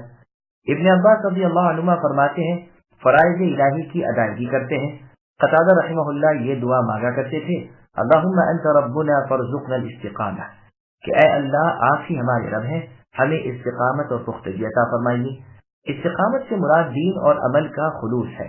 ابو العالیہ رحمہ اللہ نے کہا ہے، ایک شخص نے رسول اللہ صلی اللہ علیہ وسلم سے سوال کیا کہ مجھے اسلام کا کوئی ایسا امر بتلائیے کہ پھر کسی سے دریافت کرنے کی ضرورت نہ رہے۔ رسول اللہ نے فرمایا، زبان سے اقرار کرو کہ میں اللہ پر ایمان لایا، پھر اس پر جم جاؤ۔ اس نے پھر پوچھا، اچھا یہ تو عمل ہوا، اب بچوں کس چیز سے؟ تو رسول اللہ نے زبان کی طرف اشارہ فرمایا۔ یہ روایت مسند احمد، سنن دارمی اور صحیح ابن حبان میں ہے۔ فرشتے مومن کو جنت کی خوشخبری سناتے ہیں۔ مومنوں کے پاس ان کی موت کے وقت فرشتے آتے ہیں اور انہیں بشارتیں سناتے ہیں کہ تم اب آخرت کی منزل کی طرف جا رہے ہو، بے خوف رہو، تم پر وہاں کوئی کھٹکا نہیں، تم اپنے پیچھے جو دنیا چھوڑے جا رہے ہو اس پر بھی کوئی غم و رنج نہ کرو، تمہارے اہل و عیال کی، مال و متاع کی، دین و دیانت کی حفاظت ہمارے ذمہ ہے، ہم تمہارے خلیفہ ہیں، تمہیں ہم خوشخبری سناتے ہیں کہ تم جنتی ہو، تمہیں سچا اور صحیح وعدہ دیا گیا تھا وہ پورا ہو کر رہے گا۔ پس وہ اپنے انتقال کے وقت خوش ہو جاتے ہیں کہ تمام برائیوں سے بچے اور تمام بھلائیاں حاصل ہوئیں۔ چنانچہ مسند احمد میں ہے، رسول اللہ صلی اللہ علیہ وسلم فرماتے ہیں، مومن کی روح سے فرشتے کہتے ہیں، اے پاک روح جو پاک جسم میں تھی، چل اللہ تعالیٰ کی بخشش، انعام اور اللہ کی نعمت کی طرف چل، اس اللہ کے پاس جو تجھ پر ناراض نہیں۔ یہ بھی مرضی ہے کہ جب مسلمان اپنی قبروں سے اٹھیں گے اسی وقت فرشتے ان کے پاس آئیں گے اور انہیں بشارتیں سنائیں گے۔ ثابت رحمہ اللہ جب اس سورت کو پڑھتے ہوئے اس آیت تک پہنچے تو ٹھہر گئے اور فرمایا، ہمیں یہ خبر ملی ہے کہ مؤمن بندہ جب قبر سے اٹھے گا تو وہ دو فرشتے جو دنیا میں اس کے ساتھ تھے اس کے پاس آئیں گے اور اس سے کہیں گے، ڈر نہیں، گھبرا نہیں، غمگین نہ ہو، تو جنتی ہے، خوش ہو جا، تجھ سے اللہ تعالیٰ کے جو وعدے تھے پورے ہوں گے۔ غرض خوف امن سے بدل جائے گا، آنکھیں ٹھنڈی ہوں گی، دل مطمئن ہو جائے گا، قیامت کا تمام خوف، دہشت اور وحشت دور ہو جائے گی، اعمال صالحہ کا بدلہ اپنی آنکھوں سے دیکھے گا اور خوش ہوگا۔ الحاصل موت کے وقت قبر میں اور قبر سے اٹھے ہوئے ہر وقت ملائکہ رحمت اس کے ساتھ رہیں گے اور ہر وقت بشارتیں سناتے رہیں گے۔ ان سے فرشتے یہ بھی کہیں گے کہ زندگانی دنیا میں ہم تمہارے رفیق و ولی تھے، تمہیں نیکی کی راہ سجاتے تھے، خیر کی رہنمائی کرتے تھے، تمہاری حفاظت کرتے تھے، ٹھیک اسی طرح آخرت میں بھی ہم تمہارے ساتھ رہیں گے، تمہاری وحشت و دہشت دور کرتے رہیں گے، قبر میں، حشر میں، میدان قیامت میں، پل صراط پر، غرض ہر جگہ ہم تمہارے رفیق اور دوست اور ساتھی ہیں، نعمتوں والی جنتوں میں پہنچا دینے تک تم سے الگ نہ ہوں گے، وہاں جو تم چاہو گے تمہیں ملے گا، جو خواہش ہوگی پوری ہوگی۔ یہ مہمانی، یہ عطا، یہ انعام، یہ ضیافت اس اللہ جل وعلا کی طرف سے ہے جو بخشنے والے اور مہربانی کرنے والے ہیں۔ اللہ کا لطف و رحم، اللہ کی بخشش اور کرم بہت وسیع اور کشادہ ہے۔ جنت کے بازار اور دیداری الہی۔ مسند احمد میں ہے، رسول اللہ صلی اللہ علیہ وسلم فرماتے ہیں، جو اللہ کی ملاقات کو پسند کرے اللہ بھی اس سے ملنے کو چاہتے ہیں، اور جو اللہ کی ملاقات کو برا جانے اللہ بھی اس کی ملاقات کو ناپسند کرتے ہیں۔ صحابہ رضی اللہ عنہم نے کہا، اے اللہ کے رسول، ہم تو موت کو ناپسند ہی جانتے ہیں۔ رسول اللہ نے فرمایا، اس سے مراد موت کی کراہت یعنی ناپسندیدگی نہیں، بلکہ مؤمن کی سکرات یعنی موت کی بے ہوشی کے وقت اس کے پاس اللہ کی طرف سے خوشخبری آتی ہے، جسے سن کر اس کے نزدیک اللہ کی ملاقات سے زیادہ محبوب چیز کوئی نہیں رہتی، بس اللہ بھی اس کی ملاقات کو پسند فرماتے ہیں۔ اور فاجر یا کافر کی سکرات کے وقت جب اسے اس برائی کی خبر دی جاتی ہے جو اسے اب پہنچنے والی ہے تو وہ اللہ کی ملاقات کو ناپسند رکھتا ہے، بس اللہ بھی اس کی ملاقات کو ناپسند رکھتے ہیں۔ یہ حدیث بالکل صحیح ہے اور اس کی بہت سی اسناد ہیں۔ یہ حدیث صحیح بخاری اور مسلم میں بھی ہے۔ ومن أحسن قولا ممن دعا إلى الله وعمل صالحا وقال إنني من المسلمين ولا تستوي الحسنة ولا السيئة ادفع بالتي هي أحسن فإذا الذي بينك وبينه عداوة كأنه ولي حميم وما يلقاها إلا الذين صبروا وما يلقاها إلا ذو حظ عظيم۔ وَإِمَّا يَنزَغَنَّكَ مِنَ الشَّيْطَانِ نَزْغٌ فَاسْتَعِذْ بِاللَّهِ إِنَّهُ هُوَ السَّمِيعُ الْعَلِيمُ۔ اور اس سے زیادہ اچھی بات والا کون ہے جو اللہ کی طرف بلائے اور نیک کام کرے اور کہے کہ میں یقیناً مسلمانوں میں سے ہوں۔ نیکی اور بدی برابر نہیں ہوتی، برائی کو بھلائی سے دفع کرو، پھر تمہارا دشمن ایسا ہو جائے گا جیسے دلی دوست۔ یہ بات انہی کو نصیب ہوتی ہے جو صبر کریں، اور اسے سوائے بڑے نصیبے والوں کے کوئی نہیں پا سکتا۔ اور اگر شیطان کی طرف سے کوئی وسوسہ آئے تو اللہ سے پناہ طلب کر لیا کریں، یقیناً وہ بہت ہی سننے والے ہیں اور جاننے والے ہیں۔ سامعین، آیاتوں کی تفسیر سماعت کیجیے۔ سب سے اچھی دعوت کس کی ہے؟ اللہ تعالیٰ فرماتے ہیں جو اللہ کے بندوں کو اللہ کی طرف بلائے اور خود بھی نیکی کرے، اسلام قبول کرے، اس سے زیادہ اچھی بات اور کس کی ہوگی؟ یہ ہے جس نے اپنے آپ کو نفع پہنچایا اور اللہ کی مخلوق کو بھی اپنی ذات سے نفع پہنچایا۔ یہ ان میں سے نہیں جو منہ کے بڑے باطنی ہوتے ہیں، جو دوسروں کو کہتے ہیں مگر خود نہیں کرتے۔ یہ تو خود بھی کرتے ہیں اور دوسروں سے بھی کہتے ہیں۔ یہ آیت عام ہے۔ رسول اللہ صلی اللہ علیہ وسلم سب سے اولا طور پر اس کے مصداق ہیں۔ بعضوں نے کہا ہے اس کے مصداق اذان دینے والے ہیں جو نیک کار بھی ہوں۔ چنانچہ صحیح مسلم میں ہے، رسول اللہ نے فرمایا قیامت کے دن مؤذن سب لوگوں سے زیادہ لمبی گردنوں والے ہوں گے۔ سنن میں ہے امام ضامن ہے اور مؤذن امانت دار ہے۔ اللہ تعالیٰ اماموں کو راہ راست سکھائے اور مؤذنوں کو بخشے۔ ابن ابی حاتم میں ہے سعد بن ابی وقاص رضی اللہ عنہ فرماتے ہیں اذان دینے والوں کا حصہ قیامت کے دن اللہ تعالیٰ کے نزدیک مثل جہاد کرنے والوں کے حصے کے ہے۔ اذان و اقامت کے درمیان اس کی وہ حالت ہے جیسے کوئی جہاد میں راہ الہی میں اپنے خون میں لوٹ پوٹ ہو رہا ہو۔ ابن مسعود رضی اللہ عنہ فرماتے ہیں اگر میں مؤذن ہوتا تو پھر مجھے حج و عمرہ اور جہاد کی اتنی زیادہ پرواہ نہ ہوتی۔ عمر رضی اللہ عنہ سے منقول ہے اگر میں مؤذن ہوتا تو میری آرزو پوری ہو جاتی اور میں رات کے نفلی قیام اور دن کے نفلی روزوں کی اس قدر تگ و تو نہ کرتا۔ میں نے سنا ہے اللہ کے رسول صلی اللہ علیہ وسلم نے 3 بار مؤذنوں کی بخشش کی دعا مانگی۔ اس پر میں نے کہا اللہ کے رسول آپ نے اپنی دعا میں ہمیں یاد نہ فرمایا، حالانکہ ہم اذان کہنے پر تلواریں تان لیتے ہیں۔ رسول اللہ نے فرمایا ہاں، لیکن اے عمر ایسا زمانہ بھی آنے والا ہے کہ مؤذنی غریب مسکین لوگوں تک رہ جائے گی۔ سنو عمر، جن لوگوں کا گوشت پوش جہنم پر حرام ہے ان میں مؤذن ہے۔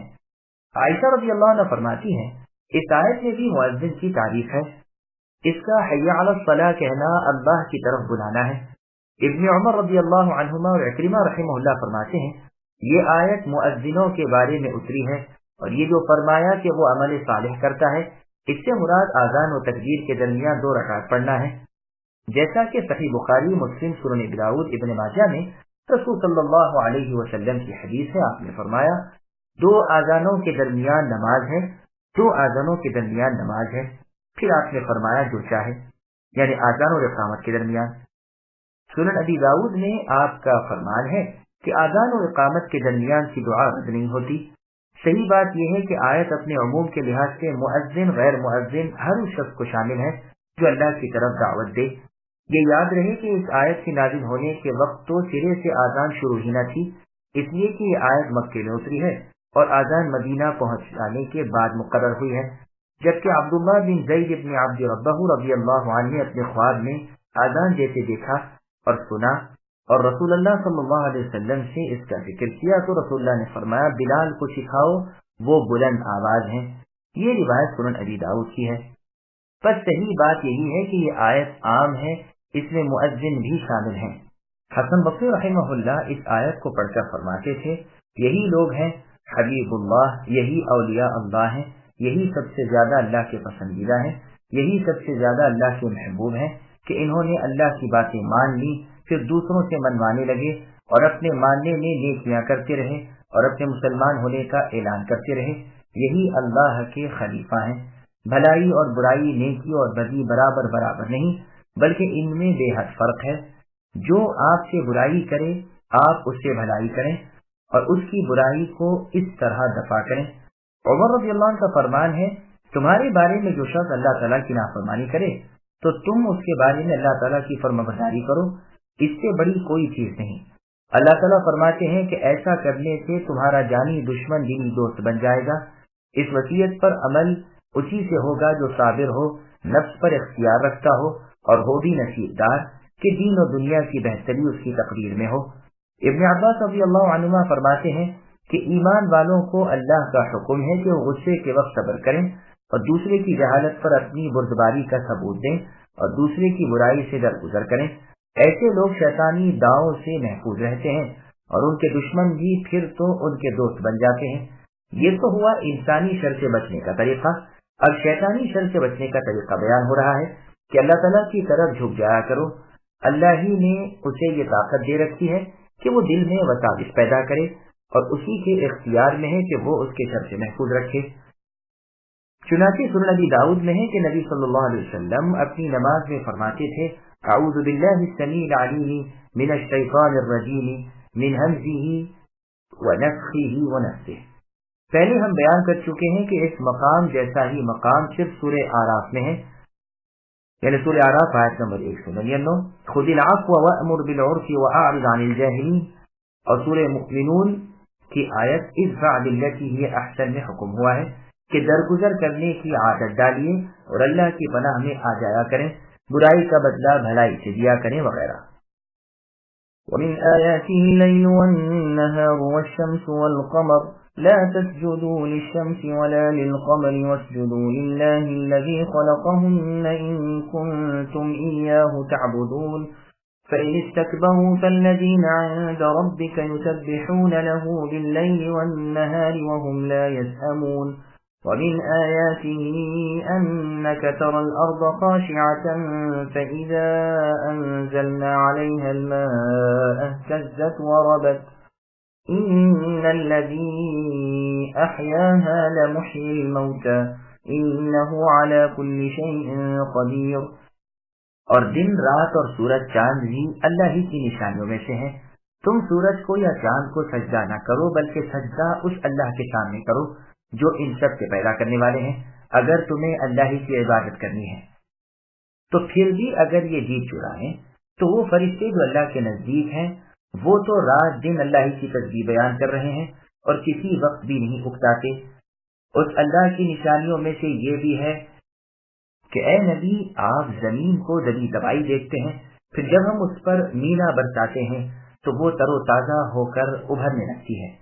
جس نے اسے زندہ کر دیا وہی اللہ یقینی طور پر مردوں کو بھی زندہ کر دیں گے، بے شک وہ ہر چیز پر قادر ہے۔ سامعین اب ان آیتوں کی تفصیل سماعت کیجیے۔ دن رات چاند سورج اللہ ہی نے بنائے۔ اللہ تعالیٰ اپنی مخلوق کو اپنی عظیم الشان قدرت اور بے مثال طاقت دکھاتے ہیں کہ وہ جو کرنا چاہیں کر ڈالتے ہیں۔ سورج چاند دن رات اللہ کی قدرت کاملہ کے نشانات ہیں۔ رات کو اس کے اندھیروں سمیت، دن کو اس کے اجالوں سمیت اللہ نے بنائے ہیں۔ کیسے ایک کے بعد دیگرے آتے جاتے ہیں۔ سورج کو اور اس کی روشنی اور چمک کو، چاند کو اور اس کی نورانیت کو دیکھ لو، ان کی بھی منزلیں اور آسمان مقرر ہیں۔ ان کے طلوع و غروب سے دن رات کا فرق ہو جاتا ہے، مہینے اور برسوں کی گنتی معلوم ہو جاتی ہے، جس سے عبادات، معاملات اور حقوق کی باقاعدہ ادائیگی ہوتی ہے۔ چونکہ آسمان و زمین میں زیادہ خوبصورت اور منور سورج اور چاند تھا، اس لیے انہیں خصوصیت سے اپنا مخلوق ہونا بتلایا اور فرمایا کہ اگر اللہ کے بندے ہو تو سورج چاند کے سامنے ماتھا نہ ٹیکنا، اس لیے کہ وہ مخلوق ہے۔ مخلوق سجدہ کرنے کے قابل نہیں ہوتی، سجدہ کیے جانے کے لائق وہ ہے جو سب کے خالق ہیں۔ پس تم اللہ تعالیٰ کی عبادت کیے چلے جاؤ، لیکن اگر تم نے اللہ کے سوا اللہ کی مخلوق کی بھی عبادت کر لی تو تم اللہ کی نظروں میں گر جاؤ گے اور پھر تو وہ تمہیں کبھی نہ بخشیں گے۔ جو لوگ صرف اللہ کی عبادت نہیں کرتے بلکہ کسی اور کی بھی عبادت کر لیتے ہیں، وہ یہ نہ سمجھیں کہ اللہ کے عابد وہی ہیں۔ اگر وہ اللہ کی عبادت چھوڑ دیں تو اور کوئی اللہ کا عابد نہیں رہنے کا۔ نہیں، اللہ تعالیٰ ان کی عبادتوں سے محض بے پرواہ ہیں۔ اللہ کے فرشتے دن رات اللہ کی پاکیزگی کے بیان اور اللہ کی خالص عبادتوں میں بے تھکے اور بن اکتائے ہر وقت مشغول ہیں۔ جیسے اور آیت میں ہے، اگر یہ کفر کریں تو ہم نے ایک قوم ایسی بھی مقرر کر رکھی ہے جو کفر نہ کرے۔ اللہ کی اس قدرت کی نشانی سے وہ مردوں کو زندہ کر سکتے ہیں۔ اگر دیکھنا چاہتے ہو تو مردہ زمین کا بارش سے جی اٹھنا دیکھ لو کہ وہ خشک شکیل اور بے گھاس پات ہوتی ہے، مینا برستے ہی کھیتیاں پھل سبزہ گھاس اور پھول وغیرہ اگاتے ہیں، اور وہ ایک عجیب انداز سے اپنے سبزے کے ساتھ لہلہانے لگتی ہے۔ اسے زندہ کرنے والے ہی اللہ تعالیٰ ہیں، تمہیں بھی زندہ کر دیں گے۔ یقین مانو کہ جو اللہ تعالیٰ چاہیں اللہ کو اس کی قدرت ہے۔ إن الذين يلحدون في آياتنا لا يخفون علينا أفمن يلقى في النار خير أم من يأتي آمنا يوم القيامة اعملوا ما شئتم إنه بما تعملون بصير إن الذين كفروا بالذكر لما جاءهم وإنه لكتاب عزيز لا يأتيه الباطل من بين يديه ولا من خلفه تنزيل من حكيم حميد ما يقال لك إلا ما قد قيل للرسل من قبلك إن ربك لذو مغفرة وذو عقاب أليم۔ بے شک جو لوگ ہماری آیتوں میں کج روی کرتے ہیں وہ کچھ ہم سے مخفی نہیں۔ بتلاؤ جو آگ میں ڈالا جائے وہ اچھا ہے یا وہ جو امن و امان کے ساتھ قیامت کے دن آئے؟ تم جو چاہو کرتے چلے جاؤ، وہ تمہارا سب کیا کرایا دیکھ رہے ہیں۔ جن لوگوں نے اپنے پاس قرآن پہنچ جانے کے باوجود اس سے کفر کیا وہ بھی ہم سے پوشیدہ نہیں۔ یہ بڑی باوقار کتاب ہے جس کے پاس بھی باطل پھٹک نہیں سکتا، نہ اس کے آگے سے نہ اس کے پیچھے سے۔ یہ ہے نازل کردہ حکمتوں والے خوبیوں والے اللہ کی۔ اے نبی، آپ سے وہی کہا جاتا ہے جو آپ سے پہلے رسولوں سے بھی کہا گیا ہے۔ یقیناً آپ کے پروردگار اللہ تعالیٰ معافی والے بھی ہیں اور دردناک عذابوں والے بھی۔ سامعین، آیتوں کی تفصیل سماعت کیجیے۔ قرآن میں باطل کی ملاوٹ نہیں ہو سکتی۔ الحادو کے معنی ابن عباس رضی اللہ عنہما سے کلام کو اس کی جگہ سے ہٹا کر دوسری جگہ رکھنے کے مروی ہیں، اور قتادہ رحمہ اللہ وغیرہ سے الحاد کے معنی کفر و عناد کے۔ فرماتے ہیں کہ ملحد لوگ ہم سے پوشیدہ نہیں، ہمارے اسماء و صفات کو ادھر سے ادھر کر دینے والے ہماری نگاہوں میں ہیں، انہیں ہم بدترین سزائیں دیں گے۔ سمجھ لو کہ کیا جہنم واصل ہونے والا اور تمام خطروں سے بچ رہنے والا برابر ہے؟ ہرگز نہیں۔ بدکار کافروں، جو چاہو عمل کرتے چلے جاؤ، مجھ سے تمہارا کوئی عمل پوشیدہ نہیں، باریک سے باریک چیز بھی میری نگاہوں سے اوجل نہیں۔ ذکر سے مراد بقول ضحاک، سدی اور قتادہ رحمہم اللہ قرآن ہے، وہ باعزت باتوقیر ہے، اس کے مثل کسی کا کلام نہیں، اس کے آگے پیچھے سے یعنی کسی طرف سے اس سے باطل مل نہیں سکتا۔ یہ رب العالمین اللہ کی طرف سے نازل شدہ ہے جو اپنے اقوال و افعال میں حکیم ہے۔ اللہ کے تمام حکم احکام بہترین انجام والے ہیں۔ آپ سے جو کچھ آپ کے زمانے کے کفار اے نبی کہتے ہیں، یہی آپ سے اگلے نبیوں کو ان کے کافر امتوں نے کہا تھا، بس جیسے ان پیغمبروں نے صبر کیا آپ بھی صبر کیا کریں۔ جو بھی آپ کے رب کی طرف رجوع کرے وہ اس کے لیے بڑی بخششوں والے ہیں، اور جو اپنے کفر و ضد پر اڑا رہے، مخالفت حق اور تکذیب رسول سے باز نہ آئے، اس پر وہ سخت دردناک سزائیں کرنے والے ہیں۔ وَلَوْ جَعَلْنَاهُ قُرْآنًا أَعْجَمِيًّا لَقَالُوا لَوْلَا فُصِّلَتْ آيَاتُهُ أَعْجَمِيٌّ وَعَرَبِيٌّ قُلْ هُوَ لِلَّذِينَ آمَنُوا هُدًى وَشِفَاءٌ وَالَّذِينَ لَا يُؤْمِنُونَ فِي آذَانِهِمْ وَقْرٌ وَهُوَ عَلَيْهِمْ عَمًى أُولَئِكَ يُنَادَوْنَ مِن مَّكَانٍ بَعِيدٍ وَلَقَدْ آتَيْنَا مُوسَى الْكِتَابَ فَاخْتُلِفَ فِيهِ وَلَوْلَا كَلِمَةٌ سَبَقَتْ مِن رَّبِّكَ لَقُضِيَ بَيْنَهُمْ وَإِنَّهُمْ لَفِي شَكٍّ مِّنْهُ مُرِيبٍ۔ اور اگر ہم اسے عجمی زبان کا قرآن بناتے تو کہتے کہ اس کی آیتیں صاف صاف بیان کیوں نہیں کی گئی؟ یہ کیا کہ عجمی کتاب اور عربی رسول؟ اے نبی، آپ کہہ دیجئے کہ یہ تو ایمان والوں کے لیے ہدایت و شفا ہے، اور جو ایمان نہیں لاتے ان کے کانوں میں تو بہراپن اور بوجھ ہے، اور یہ ان پر اندھاپا ہے۔ یہ وہ لوگ ہیں جو کسی بہت دور دراز جگہ سے پکارے جا رہے ہیں۔ یقیناً ہم نے موسیٰ علیہ السلام کو کتاب دی تھی، تو اس میں بھی اختلاف کیا گیا، اور اگر وہ بات نہ ہوتی جو آپ کے رب کی طرف سے پہلے ہی مقرر ہو چکی ہے تو ان کے درمیان کبھی کا فیصلہ ہو چکا ہوتا۔ یہ لوگ تو اس سے شکی ہیں اور بے چین ہیں۔ سامعین، اب آیتوں کی تفصیل سماعت کیجیے۔ قرآن کی زبان عربی کیوں ہے؟ قرآن کریم کی فصاحت و بلاغت، اس کے حکم و احکام، اس کے لفظی و معنوی فوائد کا بیان کر کے اس پر ایمان نہ لانے والوں کو سرکشی، ضد اور عداوت کا بیان فرمایا ہے، جیسے اللہ تعالیٰ نے سورہ شعراء کی آیت نمبر 198 اور 99 میں فرمایا وَلَقَدْ نَزَّلْنَاهُ عَلَى بَعْضِ الْأَعْجَمِينَ فَقَرَأَهُ عَلَيْهِمْ مَا كَانُوا بِهِ مُؤْمِنِينَ۔ مطلب یہ ہے کہ نہ ماننے کی 20 ہیلیں ہیں، نہ یوں چین۔ اگر قرآن کسی عجمی زبان میں اترتا تو بہانہ کرتے کہ ہم تو اسے صاف سمجھ نہیں سکتے۔ مخاطب جب عربی زبان کے ہیں تو ان پر جو کتاب اترتی ہے وہ غیر عربی زبان میں کیوں اتر رہی ہے؟ اور اگر کچھ عربی میں ہوتی اور کچھ دوسری زبان میں تو بھی ان کا یہی اعتراض ہوتا کہ اس کی کیا وجہ؟ حسن بصری رحمہ اللہ کی قراءت اعجمیون ہے، سعید بن جبیر رحمہ اللہ کی یہی مطلب بیان کرتے ہیں، اس سے ان کی سرکشی معلوم ہوتی ہے۔ پھر فرمان ہے کہ یہ قرآن ایمان والوں کے دل کی ہدایت اور ان کے سینوں کی شفا ہے، ان کے تمام شک اس سے زائل ہو جاتے ہیں، اور جنہیں اس پر ایمان نہیں وہ تو اسے سمجھ ہی نہیں سکتے، جیسے کوئی بہرا ہو، نہ اس کے بیان کی طرف انہیں ہدایت ہو جیسے کوئی اندھا ہو۔ اور سورہ بنی اسرائیل کی آیت نمبر 82 میں اللہ نے فرمایا وَنُنَزِّلُ مِنَ الْقُرْآنِ مَا هُوَ شِفَاءٌ وَرَحْمَةٌ لِّلْمُؤْمِنِينَ وَلَا يَزِيدُ الظَّالِمِينَ إِلَّا خَسَارًا، یعنی ہمارا نازل کردہ یہ قرآن ایمانداروں کے لیے شفا و رحمت ہے، ہاں ظالموں کو تو ان کا نقصان ہی بڑھاتا ہے۔ ان کی مثال ایسی ہے جیسے کوئی دور سے کسی سے کچھ کہہ رہا ہے کہ نہ اس کے کانوں تک صحیح الفاظ پہنچتے ہیں، نہ وہ ٹھیک طرح مطلب سمجھتا ہے، جیسے اللہ نے سورہ بقرہ کی آیت نمبر 171 میں فرمایا وَمَثَلُ الَّذِينَ كَفَرُوا كَمَثَلِ الَّذِي يَنْعِقُ الآیہ، یعنی کافروں کی مثال اس طرح ہے جو پکارتا ہے مگر آواز پکار کے سوا کچھ اور کے کان میں نہیں پڑتا، بہرے گونگے اندھے ہیں، پھر کیسے سمجھ لیں گے۔ ضحاک رحمہ اللہ نے یہ مطلب بیان فرمایا ہے کہ قیامت کے دن انہیں ان کے بدترین ناموں سے پکارا جائے گا۔ عمر بن خطاب رضی اللہ عنہ ایک مسلمان کے پاس بیٹھے ہوئے تھے جس کا آخری وقت تھا، اس نے ایک لبیک لبیک پکاری۔ عمر رضی اللہ عنہ نے فرمایا کیا تجھے کوئی دکھائی دے رہا ہے یا کوئی پکار رہا ہے؟ اس نے کہا ہاں، سمندر کے اس کنارے سے کوئی بلا رہا ہے۔ تو آپ نے یہی جملہ پڑھا اولئک ینادون من مکان بعید۔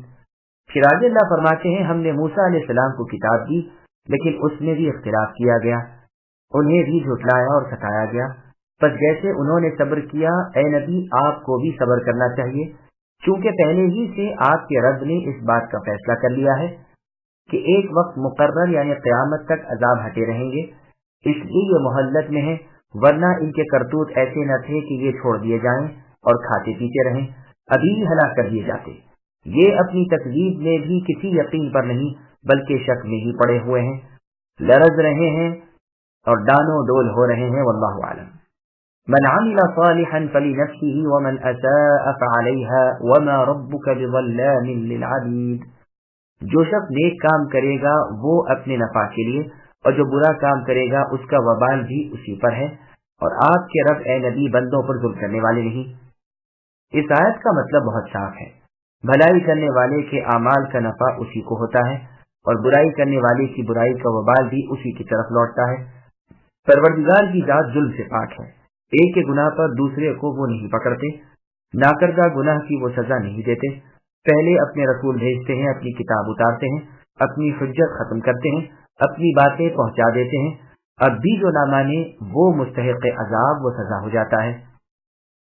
إليه يرد علم الساعة وما تخرج من ثمرات من أكمامها وما تحمل من أنثى ولا تضع إلا بعلمه ويوم يناديهم أين شركائي قالوا آذناك ما منا من شهيد وضل عنهم ما كانوا يدعون من قبل وظنوا ما لهم من محيص۔ قیامت کا علم اللہ ہی کی طرف لوٹایا جاتا ہے، اور جو پھل اپنے شگوفوں میں سے نکلتے ہیں اور جو مادہ حمل سے ہوتی ہے اور جو بچے انہیں ہوتے ہیں، سب کا علم اللہ کو ہے۔ جس دن اللہ تعالیٰ ان مشرکوں کو بلا کر دریافت فرمائیں گے کہ میرے شریک کہاں ہیں، وہ جواب دیں گے کہ ہم نے تو آپ کو کہہ سنایا کہ ہم میں سے تو کوئی اس کا مدعی نہیں، یہ جن کی پرستش اس سے پہلے کرتے تھے وہ ان کی نگاہ سے گم ہو گئے اور انہوں نے سمجھ لیا کہ اب ان کے لیے کوئی بچاؤ نہیں۔ سامعین اب ان آیتوں کی تفصیل سماعت کیجیے۔ علم غیب صرف اللہ تعالیٰ ہی کے پاس ہے۔ اللہ تبارک و تعالیٰ فرماتے ہیں کہ قیامت کب آئے گی، اس کا علم اللہ کے سوا کسی اور کو نہیں۔ تمام انسانوں کے سردار محمد مصطفیٰ صلی اللہ علیہ وسلم سے جب فرشتوں کے سرداروں میں سے ایک سردار جبریل علیہ السلام نے قیامت کے آنے کا وقت پوچھا تو رسول اللہ نے فرمایا کہ جس سے پوچھا جاتا ہے وہ بھی پوچھنے والے سے زیادہ جاننے والا نہیں۔ یہ روایت صحیح مسلم میں صحیح بخاری کی ہے۔ قرآن کریم میں سورہ نازعات کی آیت نمبر 44 الی ربک منتہاها یعنی قیامت کب ہوگی اس کے علم کا مدار آپ کے رب کی طرف ہی ہے۔ اسی طرح اللہ عز و جل نے سورہ اعراف کی آیت نمبر 187 میں فرمایا لا یجلیھا لوقتھا الا ھو، مطلب یہی ہے کہ قیامت کے وقت کو اللہ تعالیٰ کے سوا اور کوئی نہیں جانتا۔ پھر آگے اللہ فرماتے ہیں کہ ہر چیز کو اللہ تعالیٰ کا علم گھیرے ہوئے ہے، یہاں تک کہ جو پھل شگوفے کھلا کر نکلے، جس عورت کو حمل رہے، جو بچہ اسے ہو، یہ سب اللہ کے علم میں ہے۔ زمین و آسمان کا ایک ذرہ اللہ کے وسیع علم سے باہر نہیں۔ اور سورہ انعام کی آیت نمبر 59 میں اللہ نے فرمایا وَمَا تَسْقُطُ مِن وَرَقَةٍ إِلَّا يَعْلَمُهَا، یعنی جو پتا جھڑتا ہے اسے بھی اللہ تعالیٰ جانتے ہیں۔ ہر مادہ کو جو حمل رہتا ہے اور رحم جو کچھ گھٹاتے بڑھاتے رہتے ہیں اللہ تعالیٰ خوب جانتے ہیں۔ اللہ کے پاس ہر چیز کا اندازہ ہے۔ عمریں جو گھٹیں بڑھیں وہ بھی کتاب میں لکھی ہوتی ہیں۔ ایسا کوئی کام نہیں جو اللہ تعالیٰ پر مشکل ہو۔ قیامت کے دن مشرکوں سے تمام مخلوق کے سامنے اللہ تعالیٰ سوال کریں گے کہ جنہیں تم میرے ساتھ پرستش میں شریک کرتے تھے وہ آج کہاں ہیں؟ مشرکین جواب دیں گے کہ ہم تو آپ کو معلوم کرا چکے کہ آج تو ہم میں سے کوئی بھی اس کا اقرار نہ کرے گا کہ کوئی آپ کا شریک بھی ہے۔ آج ان کے معبودان باطل سب گم ہو جائیں گے، کوئی نظر نہ آئے گا جو انہیں نفع پہنچا سکے، اور یہ خود جان لیں گے کہ آج اللہ کے عذابوں سے چھٹکارے کی کوئی صورت نہیں۔ یہاں ون یقین کے معنی میں ہے۔ قرآن کریم کی اور آیت میں اس مضمون کو اس طرح بیان کیا گیا ہے۔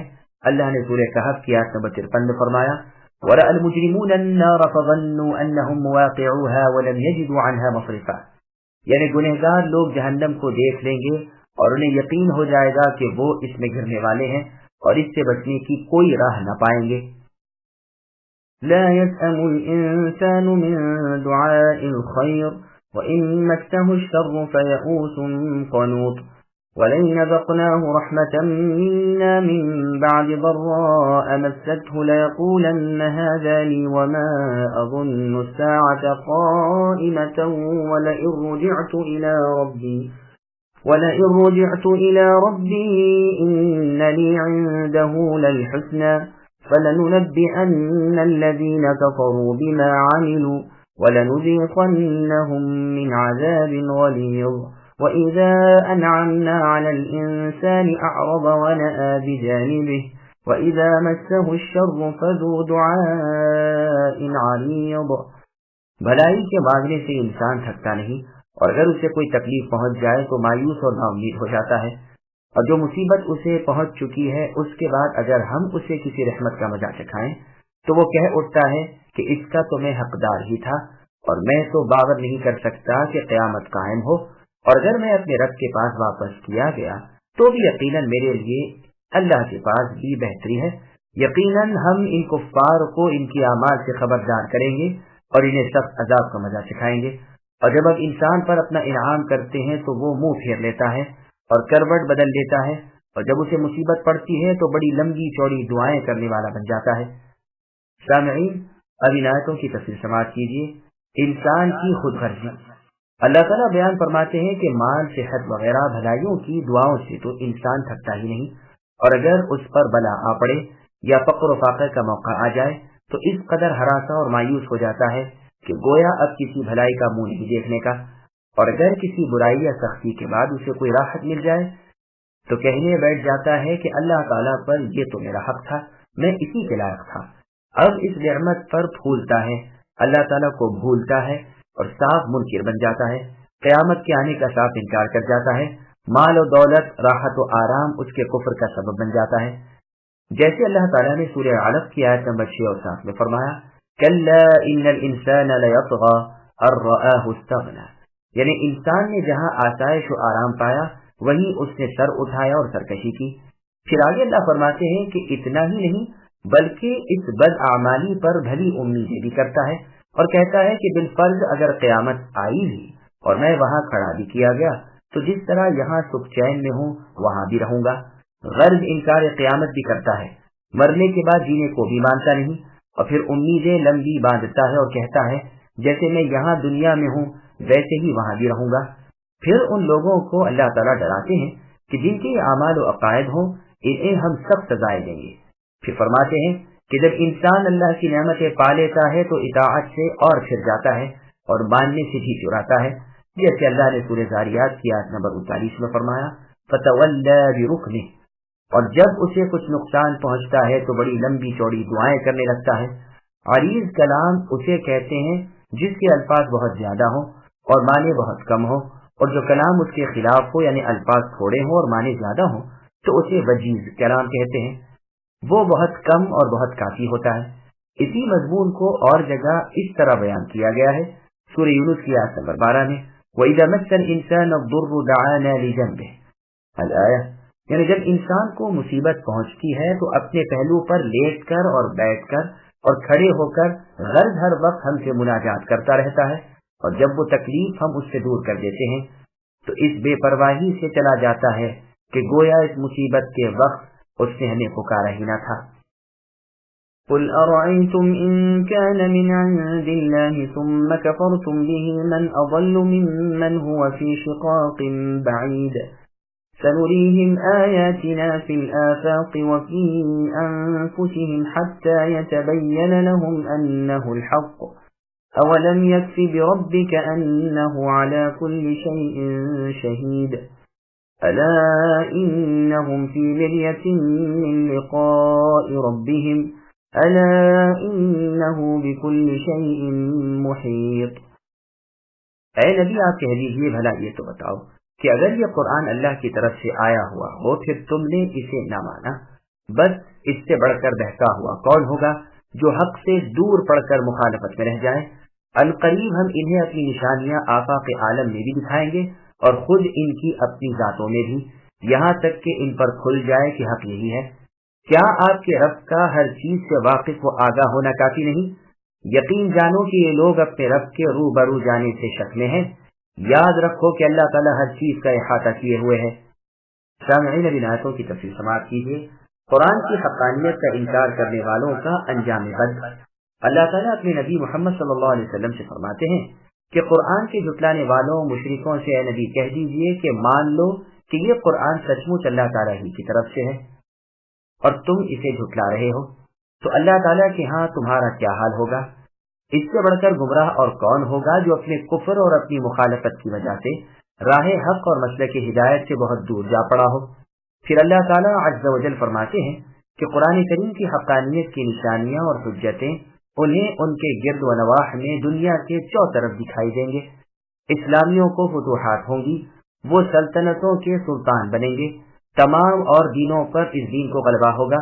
فتح بدر اور فتح مکہ کی نشانیاں خود ان کی اپنی جانوں میں ہوں گی کہ یہ لوگ تعداد میں اور شان و شوکت میں بہت زیادہ ہوں گے، پھر بھی مٹھی بھر اہل حق انہیں زیر و زبر کر دیں گے، اور ممکن ہے یہ مراد ہو کہ حکمت الہی کی ہزارہ نشانیاں خود انسان کے اپنے وجود میں موجود ہیں۔ اللہ کی صنعت و بناوٹ، اس انسان کی ترکیب و جبلت، اس کے جداگانہ اخلاق اور مختلف صورتیں اور رنگ و روپ وغیرہ، اس کے خالق و صانع کی بہترین یادگاریں ہر وقت اس کے سامنے ہیں، بلکہ اس کی اپنی ذات میں موجود ہیں۔ اس کا ہیر پھیر کبھی کوئی حالت بچپن، جوانی، بڑھاپا، بیماری، تندرستی، فراخی و رنج و راحت وغیرہ اور صاحب جو اس پر طاری ہوتے ہیں۔ شیخ ابو جعفر قرشی رحمہ اللہ نے اپنے اشعار میں بھی اسی مضمون کو ادا کیا ہے۔ الغرض یہ بیرونی اور اندرونی آیات قدرت اس قدر ہیں کہ انسان اللہ کی باتوں کی حقانیت کے ماننے پر مجبور ہو جاتا ہے۔ اللہ تعالیٰ کی گواہی بس ہے اور بالکل کافی ہے۔ وہ اپنے بندوں کے اقوال و افعال سے بخوبی واقف ہے۔ وہ جب فرما رہے ہیں کہ پیغمبر صلی اللہ علیہ وسلم سچے ہیں، پھر تمہیں کیا ہو گیا؟ جیسے اللہ تعالیٰ نے سورہ نساء کی آیت نمبر 166 میں فرمایا لیکن اللہ یشہد بما انزل الیک انزلہ بعلمہ، لیکن اللہ تعالیٰ بذریعے اس کتاب کے جس کو تمہارے پاس بھیجی ہے اور اپنے علم کے ساتھ نازل فرمائی ہے خود گواہی دے رہے ہیں اور فرشتے اس کی تصدیق کر رہے ہیں، اور اللہ تعالیٰ کی گواہی کافی ہے۔ پھر آگے اللہ فرماتے ہیں کہ دراصل ان لوگوں کو قیامت کے قائم ہونے کا یقین ہی نہیں، اسی لیے بے فکر ہیں، نیکیوں سے غافل ہیں، برائیوں سے بچتے نہیں، حالانکہ اس کا آنا یقینی ہے۔ ابن ابی دنیا میں ہے کہ خلیفۃ المسلمین عمر بن عبد العزیز رحمہ اللہ منبر پر چڑھے اور اللہ تعالیٰ کی حمد و ثنا کے بعد فرمایا، لوگوں میں نے تمہیں کسی نئی بات کے لیے جمع نہیں کیا، بلکہ صرف اس لیے تمہیں جمع کیا کہ تمہیں یہ سنا دوں کہ روز جزا کے بارے میں نے خوب غور کیا، میں اس نتیجے پر پہنچا ہوں کہ اسے سچا جاننے والا احمق ہے اور اسے جھوٹا جاننے والا ہلاک ہونے والا ہے۔ پھر آپ ممبر سے اتر آئے۔ آپ کے اس فرمان کا کہ اسے سچا جاننے والا احمق ہے، یہ مطلب ہے کہ سچ جانتا ہے کہ تیاری نہیں کرتا اور جن کی دل ہلا دینے والی دہشتناکی حالتوں سے غافل ہے، اس سے ڈر کر وہ اعمال نہیں کرتا جو اسے اس روز کے ڈر سے امن دے سکے۔ پھر اپنے بارے میں اس کا سچا جاننے والا بھی کہتا ہے، لہو العاب غفلت و شہوت، گناہ اور حماقت میں مبتلا ہے اور قیامت کے قریب ہو رہا ہے، واللہ اعلم۔ پھر رب العالمین اپنی قدرت کاملہ کو بیان فرما رہے ہیں کہ ہر چیز پر اللہ کے علم کا احاطہ ہے، قیامت اللہ پر بالکل سہل و آسان ہے، ساری مخلوق اللہ کے قبضے میں ہے، جو چاہے کرے، کوئی اللہ کا ہاتھ تھام نہیں سکتا، جو اللہ نے چاہا ہوا، جو چاہیں گے ہو کر رہے گا۔ اللہ کے سوا حقیقی حاکم کوئی نہیں، نہ اللہ کے سوا کسی اور کی ذات کسی بھی قسم کی عبادت کے قابل ہے۔